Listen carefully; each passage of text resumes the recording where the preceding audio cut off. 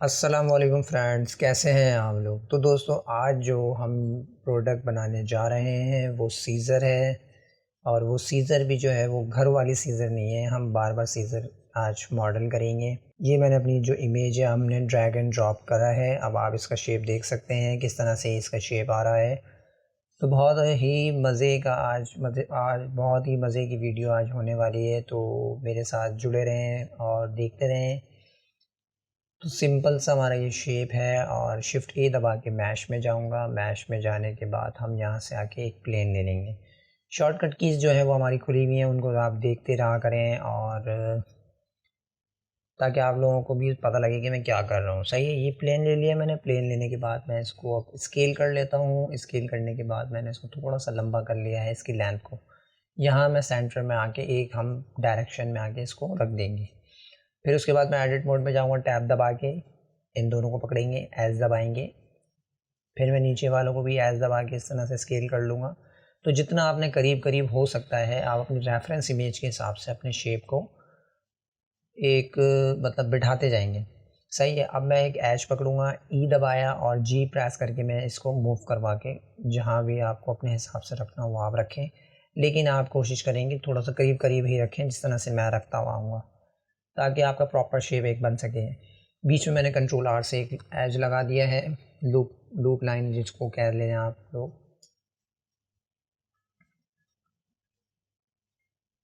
थोड़ा सा आपको देखिए मैनुअली ये सेट करना पड़ेगा। सही है। फिर ई प्रेस करके आप नीचे की तरफ जी प्रेस करेंगे उसके बाद, तो ये नीचे इसको आप आराम से मूव करवा सकते हैं। फिर कंट्रोल आर में यहाँ पे भी लगा देता हूँ, वर्टेक्स पकड़ के मैंने मूव करवाया है। फिर मैं इस एज पे आता हूँ, नीचे वाले पे ई प्रेस करेंगे और मैं यहाँ सबसे इसकी कॉर्नर्स पे लेकर आ जाऊँगा जहाँ पे ये ख़त्म हो रहा है। फिर हम इसको स्केल करके थोड़ा सा छोटा कर लेते हैं। रोटेट का भी बहुत काम आएगा इसके अंदर। रोटेट आर प्रेस करेंगे तो उससे आप अपनी लाइन को रोटेट करवा सकते हैं बआसानी। सही है। बस इसको आपने पकड़ना है और एक्सट्रूड कर देना है नीचे की तरफ। बस शेप के हिसाब से आपने अपनी लाइन को स्ट्रेट करना है।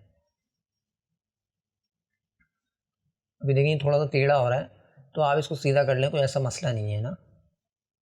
बस इसको अब मैं एक्सट्रूड करूँगी, नीचे की तरफ लेकर आऊँगा यहाँ पे, और अब हम साइडों से निकालेंगे। यहाँ से मैं अपने ऑब्जेक्ट को कंटिन्यू करूँगा मैश को। तो ई प्रेस करके आप मूव करवाएंगे, फिर आर से रोटेट करवा देंगे। सिंपल तरीका है। ई प्रेस करेंगे, फिर जी प्रेस करके रखेंगे उस जगह एक जगह पे, फिर आर से रोटेट करवा लेंगे। कोई मुश्किल नहीं है। आप इस तरह से प्रैक्टिस करें, बार बार इस ट्यूटोरियल के ज़रिए प्रैक्टिस करते रहें, देखते रहें, ताकि आप लोग इस तरह की एक आसान मॉडलिंग कर सकें।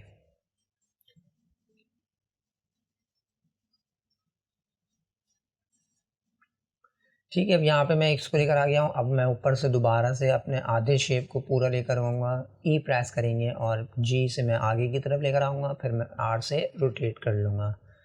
नहीं, कितना आसान था ये। बाकी के मैं अपने ये इसको हम जल्दी से पूरा कर लेते हैं। फिर उसके बाद मैं यहाँ पे लाके एक आखिरी रख देता हूँ।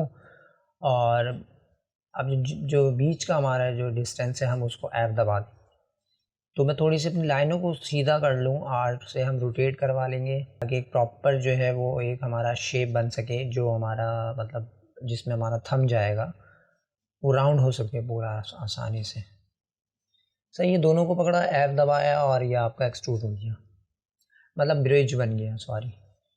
अब मैं दो अपने नीचे वाला जो शेप है, अब हम ये कैसे बनाएंगे ये आप देखते रहें। बिल्कुल मैं आपको बताता हूँ। हम दो एजेस को हम इस तरह से पकड़ेंगे और ई प्रेस करके मैं जी करके नीचे लेकर आऊँगा।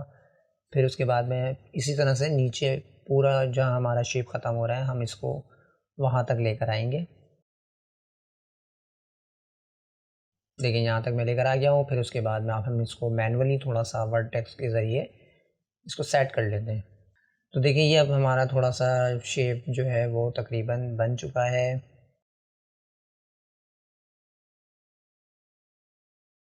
तो अभी देखिए हमारी सीज़र का जो ऊपर का पार्ट है अब हम वो बना लेते हैं। तो ये देखिए थोड़ा सा जो है यहाँ कोने से अंदर की तरफ डेप्थ में गया हुआ है, तो हम इधर ई प्रेस करके मैं इसको ज़रा सा ऊपर की तरफ लेके जाऊँगा, फिर यहाँ पे मैं रोक दूँगा। तो मैं देखिए यहाँ से इसको मैंने थोड़ा सा इसको टिल्टेड कर दिया। जब हम टर्बो स्मूथ लगाएंगे तो आप देखिएगा कि इसका मेरी ये करने की वजह क्या थी। बस अब हम इसको दोबारा से एक्सट्रूड करके स्केल करूँगा। अभी देखिए ये हमारी इमेज के हिसाब से ये नहीं आ रहा है, तो आप इसकी फ़िक्र ना करें। आप अपने मैच के हिसाब से इसको सीधा सीधा ऊपर की तरफ लेके जाएं और स्केल करके इसको पतला करते हैं।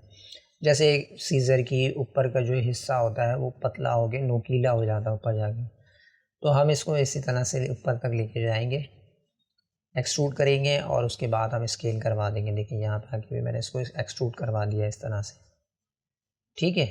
अब देखिए हमारी भी जो शेप थी सीज़र की वो हमारी बन गई है हमारे मैश के हिसाब से।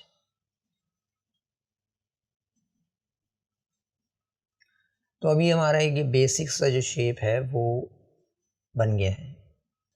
देखिए मैंने सॉलिडिफाई लगाया है, सॉलिडिफाई का मॉडिफाई लगाएंगे और मैंने इसकी थोड़ी सी थिकनेस दी है।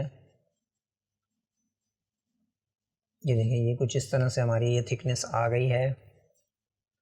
सॉलिडिफाई को हम बंद कर देते हैं, एडिट मोड में आते हैं। एडिट मोड में आने के बाद में जो हमारा टिल्टेड हुआ हुआ हिस्सा पीछे की तरफ जो है, हम इसको पूरा पकड़ के मैं वापस इसको सीधा कर लेता हूँ।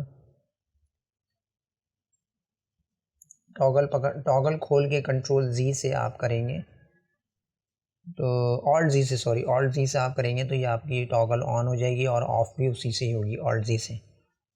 तो फ़िलहाल मैं अभी अपने पूरे मैश को एक ही लाइन में लेकर आ जाऊँगा। जो मैंने टिल्टेड किया था मैंने उसको ख़त्म कर दिया है। अच्छा, अब सॉलिडिफाई के अंदर हम दोबारा से ऑन कर लेते हैं। थिकनेस ये हमारे पास आ गई है, सही है। अब मैं इसको अप्लाई करवा देता हूँ। मैंने इसको एडिट मोड मतलब एडिटेबल करवा दिया है, वो हमारा मॉडिफायर्स के अंदर एडिट हो गया है, ठीक है। सामने वाले जो मैं अपने वर्टेक्स को पकड़ता हूँ और इसको मैं मूव करवाऊँगा वाई डायरेक्शन में कुछ इस तरह से, ठीक। क्योंकि एक तरफ से जो है वो आपका थोड़ा सा मोटा रहेगा और दूसरी तरफ से आपका धार जो मतलब बन जाती है काटने के हवाले से वो आपकी बन जाएगी। तो जो हल्का सा आउट हो रहा हो आप उसको वर्टेक्स को पकड़ के थोड़ा सा खुद ही अपने हिसाब से सेट कर लें।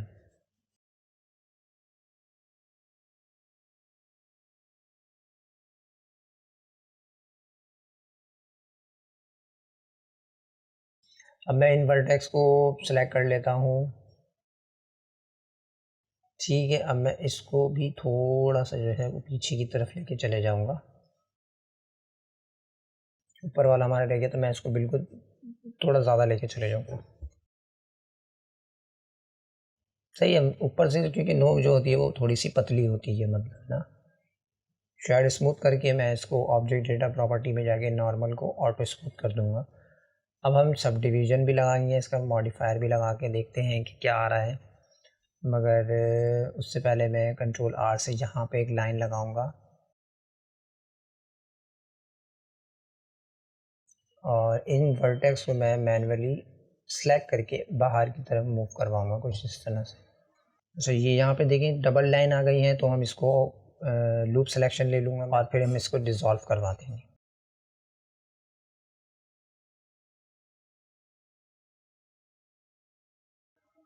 तो ये इसको जो है मैंने डिज़ोल्व करवाया है लूप सिलेक्शन लेने के बाद।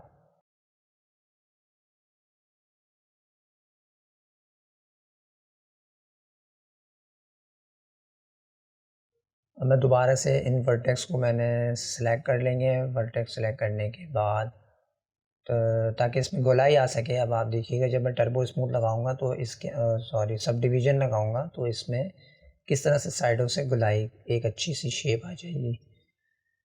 इसको मैं मैन्युअली थोड़ा सा बाहर निकाल लेता हूँ इस तरह से। जैसे देखें रेफरेंस इमेज में भी हमारा ये राउंड सा एक बना हुआ है। अब हम इस तरह से इसको भी सिलेक्ट कर लेते हैं।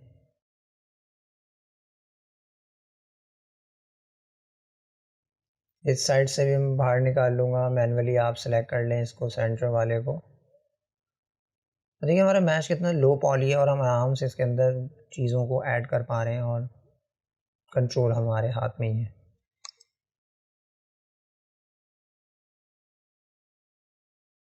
सही है, बस जिस तरह से मैं बनाता जा रहा हूँ और आप लोग भी कोशिश कीजिए कि इसी तरह से आप लोग बनाएं ताकि आप लोगों के समझ में आए कि मॉडलिंग किस तरह से की जाती है सीज़र के हवाले से।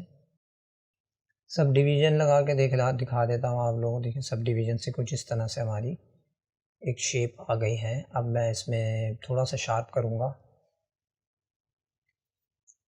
तो शार्प के लिए आप कंट्रोल आर से सेगमेंट को ऐड करवाएंगे और जहाँ पे भी आपको शार्प करना है उसके पास आप लेकर आ जाएंगे। Simple is that. सेंटर में कंट्रोल आर से मैंने इस तरह से किया, फिर कंट्रोल बी करूँगा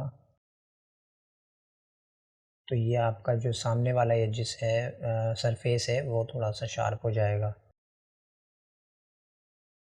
इसी तरह से मैं इसको भी कंट्रोल बी कर लेता हूँ क्योंकि यहाँ ऑलरेडी हमारे पास सेंटर में लाइन थी।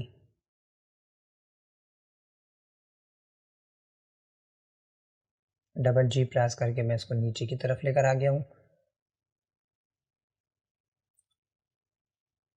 सही, यहाँ से भी मैं इसको ऊपर की तरफ एक और मैंने ऐड करवाई है तो आपका ये इस तरह से हो गया है। यहाँ पे भी हम ऐड करवा लेंगे इस तरफ, कंट्रोल आर करके हम इसको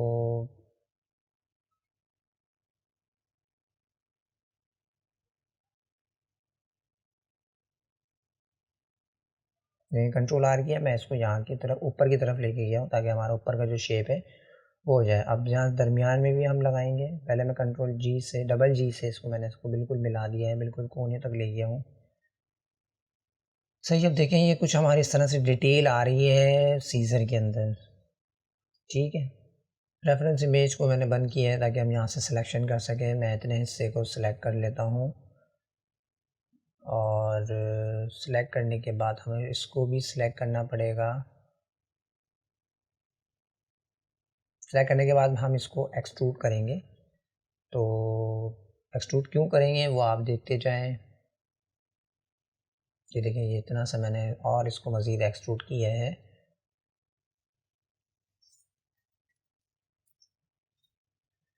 तो अब देखें ये जो हिस्सा मैंने निकाला है तो हम इसको थोड़ा सा जो है वो यहाँ से राउंड शेप बनाएंगे ताकि जो है वो आपका सीज़र में बंद करने के हवाले से यहाँ पे एक लॉक बन जाता है, वो बन जाए।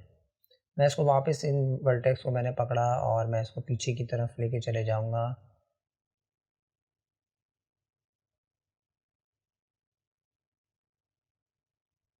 सही, ये देखिए ये हो गया आपका।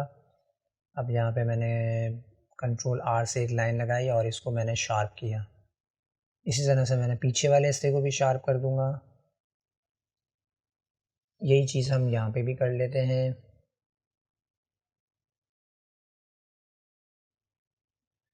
ये जो है काफ़ी अंदर की तरफ हो गया है तो हम इसको मैन्युअली बाहर निकाल लेंगे।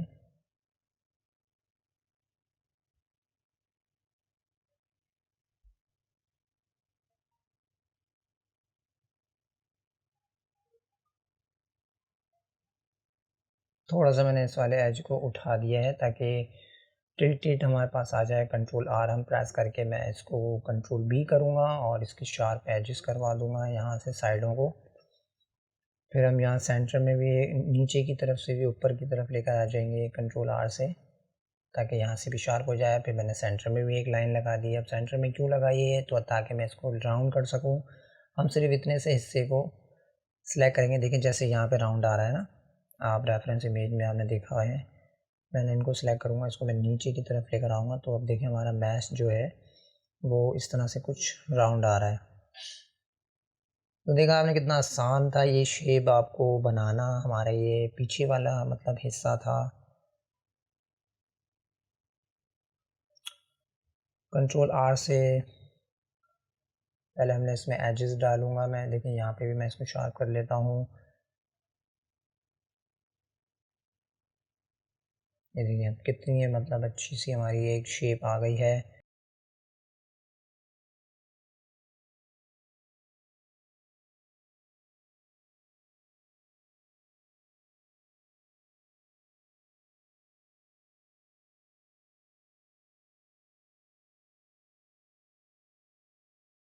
अच्छा अब देखिए मैं इसको यहाँ से सिलेक्ट कर लेता हूँ। सिर्फ जो ये हमारे सेंटर वाले हैं हम इनको सिलेक्ट कर रहे हैं। तो आप कोशिश कीजिए कि इसको थोड़ा सा जूम करके सिलेक्ट करें ताकि और एक्स्ट्रा जो है वो सिलेक्ट ना हो सके।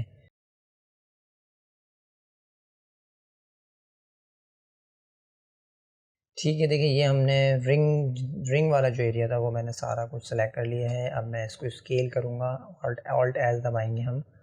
ऑल्ट एज से ये होगा कि वो अपनी अपनी डायरेक्शन में स्केल होंगे, वो स्केल ख़राब नहीं करेगा। ठीक है, अब यहाँ से मैं इसको भी पकड़ लेता हूँ, फिर उसके बाद मैं दूसरी साइड से भी हम सेलेक्ट कर लेंगे। फिर मैं वाई डायरेक्शन में जाऊँगा और हम इसको यहाँ से एक्स एक्सिस में इस तरह से स्केल कर लूँगा।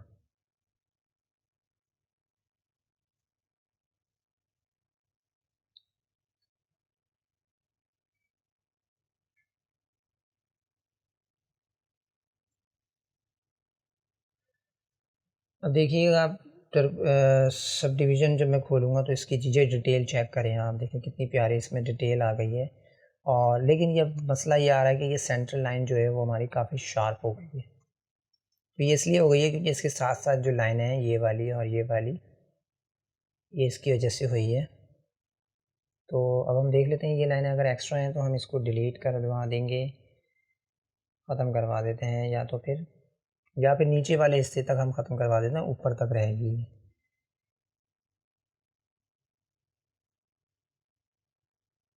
सही, अब देखिए ये सिलेक्शन लेता हूँ मैं, ऊपर वालों को मैं डीसेलेक्ट करवा दूँगा ताकि हम नीचे से इसको ख़त्म करवा दें, क्योंकि ये लाइन हम हटा नहीं सकते हैं, बाकी हमारा जो मैश है वो ऊपर का वो ख़राब हो जाएगा। तो टॉगल मोड ऑल्ट जी से आप खोल के इसको आराम से सिलेक्शन डीसेलेक्ट करवा लें। तो देखें ये सारी सिलेक्ट नीचे की सिर्फ रहती है, तो नीचे वाले को अब हम डिज़ोल्व करवा देंगे।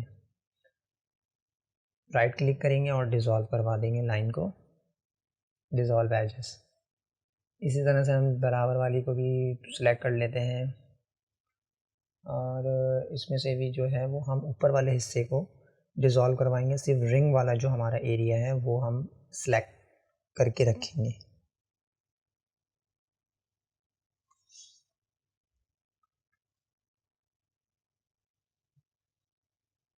सिंपल, आप बस राइट क्लिक करेंगे माउस और इसको डिज़ोल्व करवा देंगे।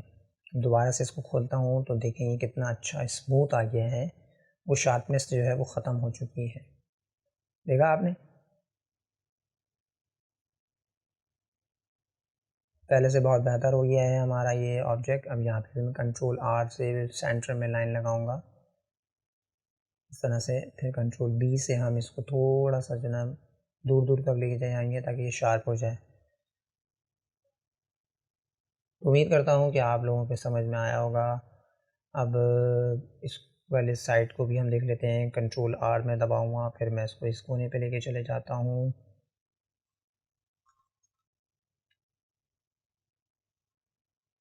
फिर कंट्रोल आर से हम इसको नीचे की तरफ थोड़ा सा लेकर आ जाते हैं। अब देखिए ये भी थोड़ा सा शार्प आपका हो गया है, एक डिटेल आपके पास आ गई है ये भी।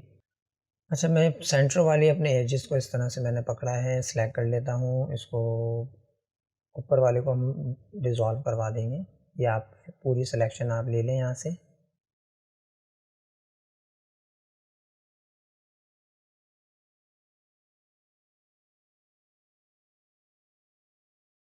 तो ये राइट क्लिक करके आप डिज़ोल्व करवा देंगे। अब जो नीचे मतलब ये पतली पतली छोटी छोटी सी जो रह गई हैं इनको भी आप सिलेक्ट कर लें मैनुअली।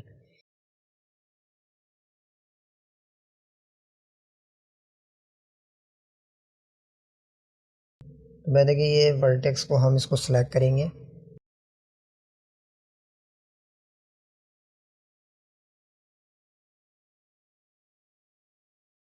देखिए ऊपर तक मैंने वर्टेक्स को सिलेक्ट किया है। सिलेक्ट करने के बाद अब जो है वो मैं इसको बाहर की तरफ लेकर आऊँगा ताकि एक जो हमारा ब्लेड नुमा जो शेप है वो बन सके।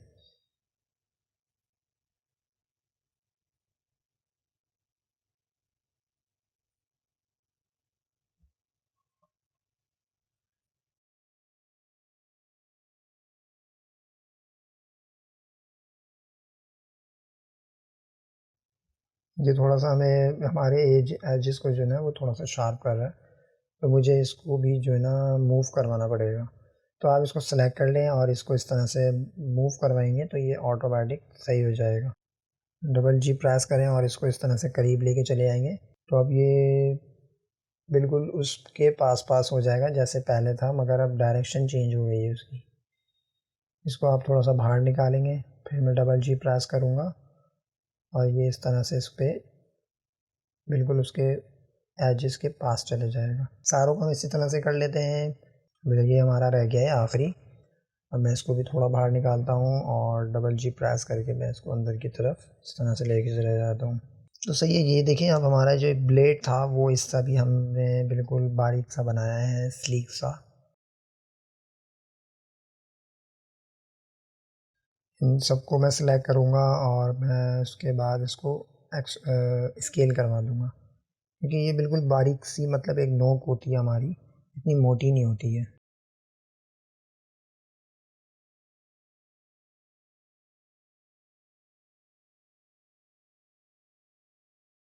दोस्तों देखा आप लोगों ने ये किस तरह से मैंने शेप तैयार किया है अपनी सीज़र के हवाले से।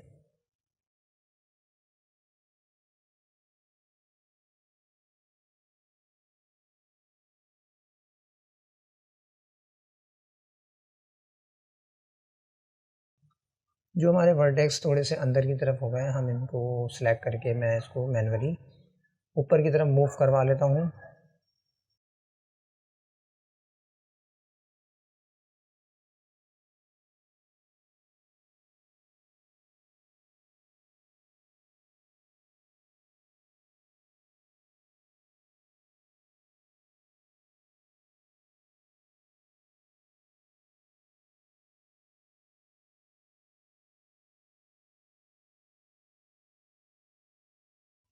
जैसे यहाँ से जो एज आ रहे हैं हम इसको भी यहाँ से डिज़ोल्व करवा देंगे ताकि ये ख़राब ना हो हमारा।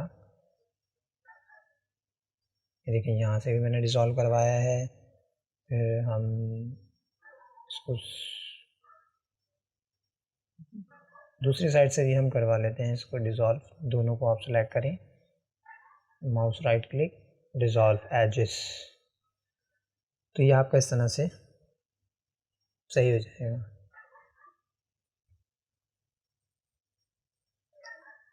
अच्छा, ये थोड़ा सा वर्टेक्स जो है हमारे आउट हो रहे हैं, तो हम इसको मैन्युअली मैं इसको सही कर लूँगा, क्योंकि ये अभी जो है वो गुलाई सही अच्छी बन नहीं रही थी।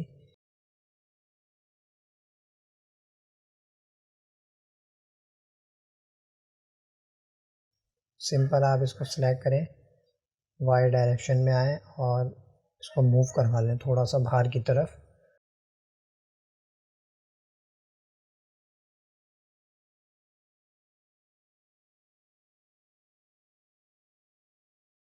कुछ इस तरह से हमने देखें इसको सेट कर लिया है। अब मैं जाता हूँ अपने सब डिवीज़न पे, और सब डिवीज़न पे आप जाके देख रहे हैं कि हमारा ये मैश पहले से काफ़ी बेहतर हो गया है।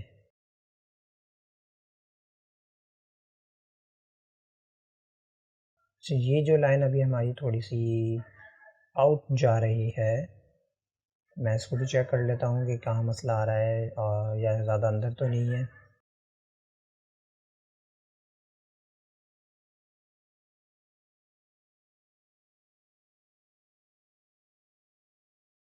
हाँ अंदर है, मैं इसको बाहर की तरफ लेकर आऊँगा ताकि ये मसला भी हमारा हल हो जाए। यहाँ से तो ठीक है, यहाँ से इतना मसला नहीं है।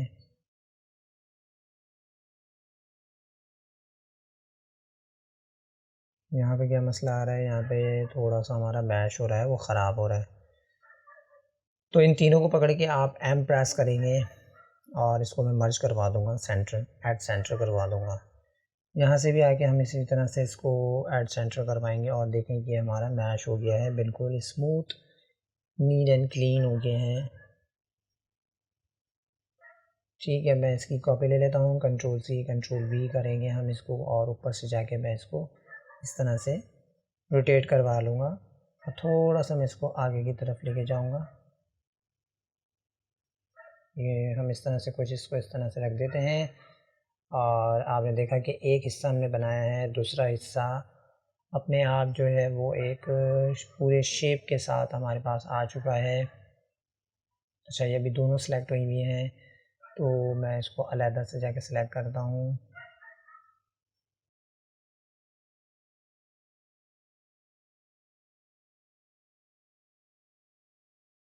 इसकी सिलेक्शन को मुझे थोड़ा सा नीचे करना पड़ेगा क्योंकि वो हमारे मैश में घुस रहा था, मतलब ओवरलैप कर रहा था, सॉरी।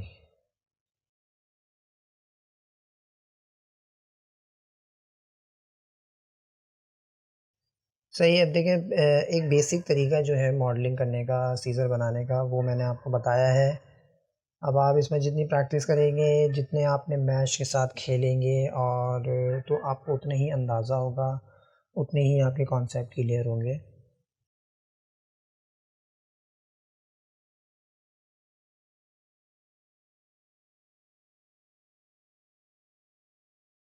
अच्छा, नीचे वाला जो हिस्सा हमारा, देखिए दोनों तरफ तो है नहीं है हमारे जो रिंग बने हुए हैं ना, तो हम इस रिंग को ख़त्म किस तरह से करेंगे वो भी आप देख लें। बनाने का तरीका तो आपने देख लिया था। हम इसको सिलेक्ट करवा लूँगा मैं इसको।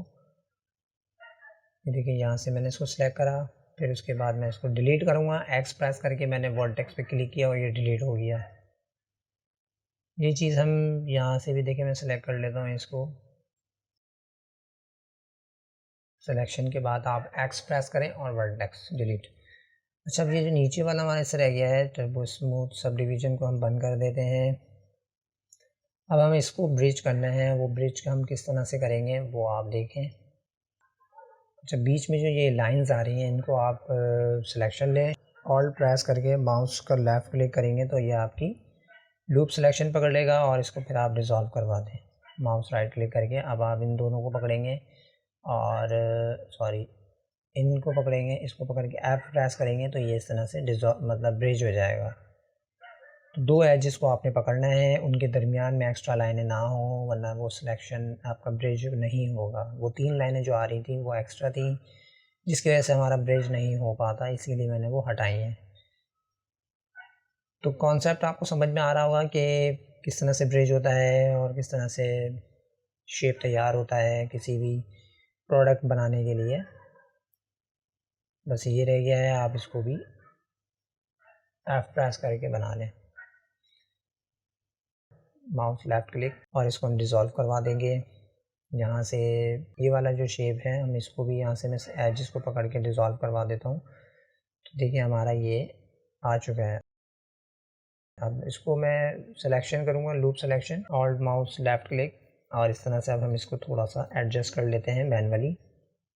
रोटेशन वगैरह करके हम इसको एक थोड़ी सी गुलाई वगैरह लेकर आ जाएंगे, जैसे सर्किल टाइप होता है ना।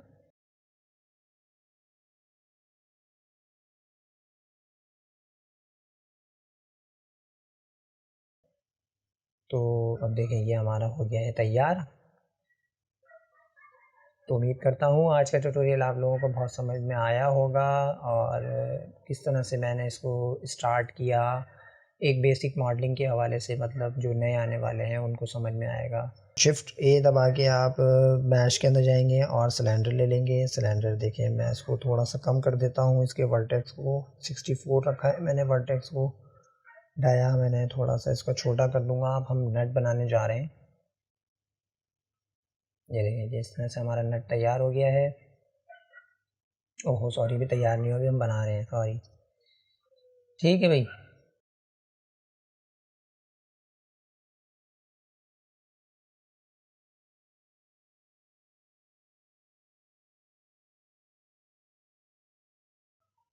थोड़ा सा आपने बस ओवरलैप करना है अपने मैश के हिसाब से, ज़्यादा नहीं करना है।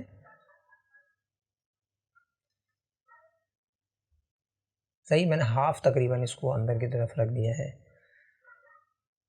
अच्छा, अब हम क्या करेंगे, इस पे मैं सीज़र को मैंने सेलेक्ट किया हुआ है, बुलियन करूँगा मैं इसको पहले तो। सिलेंडर को मैंने बुलियन में कॉल करवाया है ताकि ये हमारे पास एक होल आ जाए इस तरह से।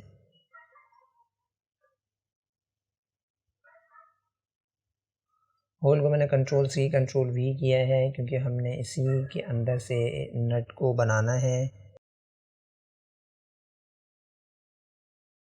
ठीक है। अच्छा, अब देखिए ये डबल हमारे पास आ रहा है तो हम एक को बंद कर देंगे, दूसरा हमारा ये नट वाला आ गया हिस्सा।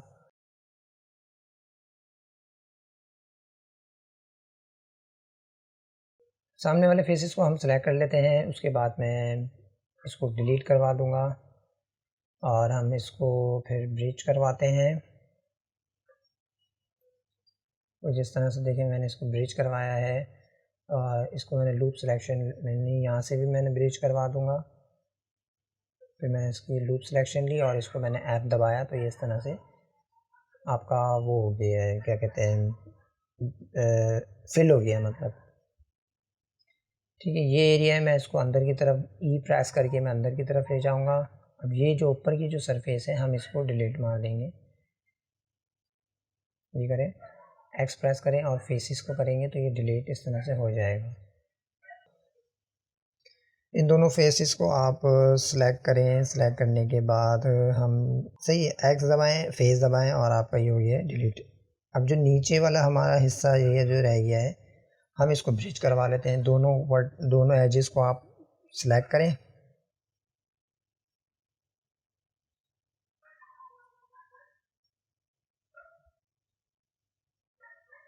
तो मैं बाहर निकाल लेता हूँ ताकि हम इसकी सिलेक्शन आराम से ले सकें। ये पकड़ेंगे, ये सिलेक्ट करेंगे F, फिर इसको पकड़ेंगे, फिर उसके बाद F दबा देंगे तो ये ब्रिज हो जाएगा। यही चीज़ हम यहाँ पे भी कर लेंगे सिंपल। दोनों फेसेस को आप पकड़ें, एक्स प्रेस करें और फेस पे क्लिक कर दें। नीचे वाले हिस्से को भी हम इस तरह से दोनों को सिलेक्ट करेंगे और F दबा देंगे।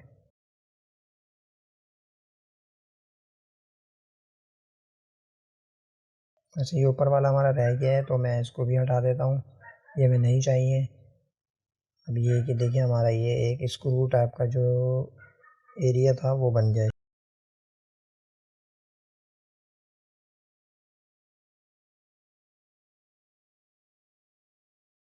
और रोटेट भी मैंने कर दिया है।